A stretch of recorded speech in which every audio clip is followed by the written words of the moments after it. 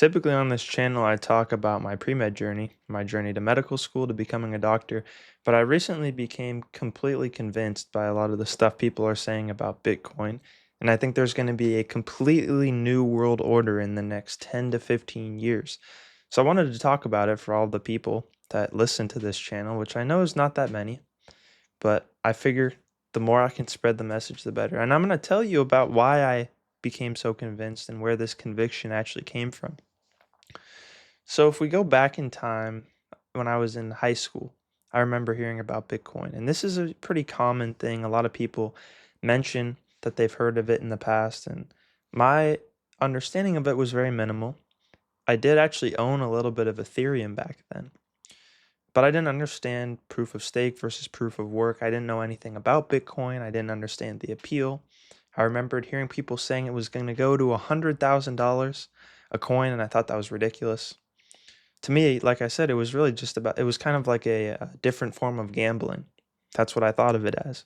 Kind of like what the meme coins are now. That's what I thought Bitcoin was. I thought that's what they all were, and I figured I would just, roll the dice, have fun. I didn't buy very much. I think I bought maybe $100 worth of Ethereum and sold it later on. And then when Bitcoin actually did go to $100,000 a coin when Trump was elected, it caught my attention because I remembered hearing that back in high school. And I wanted to know what was going on. I figured I must have missed something. If it went to $100,000 a coin, there must have been something there. So just out of curiosity, I started looking into it. I started reading some books. I discovered Michael Saylor and MicroStrategy. I discovered Safwan Ammous. I read the Bitcoin Standard, the Fiat Standard, and I was intrigued. I wasn't fully convinced of it yet. I wanted to learn a little bit more. It sounded like an interesting solution. I knew about the debt crisis in the United States. I knew about the fact that the tax receipts compared to the debt service payments, I think the debt service payments are like 22% or 28% of the total tax receipts. I didn't know a lot of the specifics. I just knew it was a big issue. So I started reading some more books.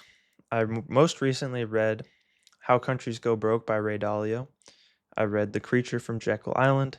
That one is a little bit less academic. Some of the things it says don't hold up to the primary sources, but I think the big picture is interesting. The story about the creation of the Federal Reserve seems to be pretty accurate as far as I can tell. And I became increasingly convinced. I started about 5 months ago buying a little bit of Bitcoin at a time. And I've gotten to the point where I'm fully convinced. I've basically been indoctrinated, and I'm converting my entire life savings into Bitcoin because I believe that there is going to be a big debt crisis in the United States, and I believe that there's going to be a competition for hard money between different uses of money, basically. I don't think gold is going to be very good because it's not easy to pass through space, even though it holds value over time. And I think Bitcoin is able to pass through space a lot easier. There's not a physical commodity that has to be moved. But I won't get into all of those points here. I would recommend reading the Fiat Standard or the Bitcoin Standard, How Countries Go Broke, learn about the history of the Federal Reserve. But I've become increasingly uncomfortable with the current economic situation. I've been increasingly skeptical of stocks. I think that they're going to perform nominally. You're going to see the prices of stocks increase in dollar terms, but they're actually going to lose value in terms of gold and Bitcoin. That's actually what happened when the dollar first was uh, removed from the gold standard, or actually not when it was first removed, because it under FDR in I think 1933 they also took the dollar off the gold standard. Um, but in 1971 with Nixon, that's the more recent one. Since then, there was a similar thing where stocks actually went up but lost value to gold. So I think that's going to happen again. But without getting into too many details, because other people have done a better job talking about that, I want to talk about the change in the world order that I think is going to happen. I think that there's going to be something very similar to the discovery of the United States. And that sounds kind of weird. Let me explain.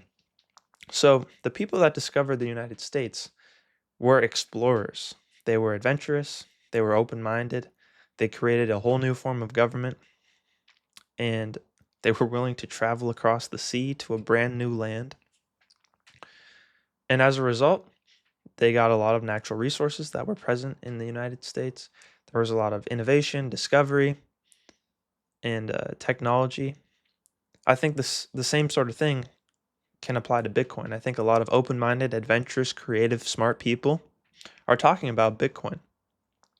If you listen to Michael Saylor talk, he sounds a little bit crazy at times because of his analogies, but he also is very clearly well read. He's very educated. He went to MIT, and a lot of these other people are also very well educated, very well read. And I think those people that are buying Bitcoin are creative and they're innovators. They're smart. So I think it's going to be a good thing that they are buying Bitcoin and are going to have a lot of purchasing power, a lot of influence in the future. I think it's going to lead to a revolution of innovation. So even though I think the loss of reserve currency status that's going to happen to the dollar, I think the dollar is going to lose reserve currency status. I think that's going to be extremely disruptive. A lot of people are going to have a lot of issues with that in their personal lives. But I also think it's going to be a powerful push towards innovation globally, you know. And just to be clear, I don't think the United States is going to collapse. I don't think that there's going to be like an apocalypse. I just think that there's going to be a debt crisis and the dollar is going to lose its status as reserve currency. So I would recommend everybody listening to this, even if you're mostly a science person, even if you mostly like doing research, like seeing patients as you're preparing for medical school, to check out Bitcoin and think about some of this stuff because central banks, finance can easily slip into the background and when you're focusing on school, when you're focusing on your family and your career. But I would urge you not to let that happen. I would urge you to keep up with a lot of these more advanced technologies, whether that's AI, whether that's Bitcoin, whether that is semiconductors and microchips. It's going to be good to understand this stuff, as well as global events in the world history, going into the future to position yourself well. So I'd advise everyone to check out some of the books I just mentioned. I actually have been reading The History of Civilization by Will Durant. I bought the entire 11-volume series on Facebook Marketplace for just $20. So that was kind of a steal. But um, it's been a blessing since I graduated college and I've been applying to medical school. I have more time now to read, to play jazz guitar, to explore. I went to the sand dunes on my motorcycle and camped there. That's really been a blessing. So if you're in the race as a pre-med right now, you're studying, don't worry, everything is gonna settle down a little bit. If I would encourage you to take a gap year. And that's good not just to recuperate, but also to learn about some things that aren't just science related and to become a wise person and a prudent person who understands what's happening. I think the more you learn, the more radical you sound because a lot of people don't understand any of this stuff. They don't know the history of the Federal Reserve. And as you learn about these things, you start to see past a lot of the hype. You start to see past the political parties, the talking points, these angry people, and you start to see that there's more to it than this. And you start to have nuanced opinions that don't fully align with like the Republicans or the Democrats. So while you're taking your gap year as a pre-med, I would say don't start pre-studying for medical school. Start learning about history and probably buy some Bitcoin. Anyway, that's just a little update about what I've been up to. I'll have some more content that's more medical school related in the future.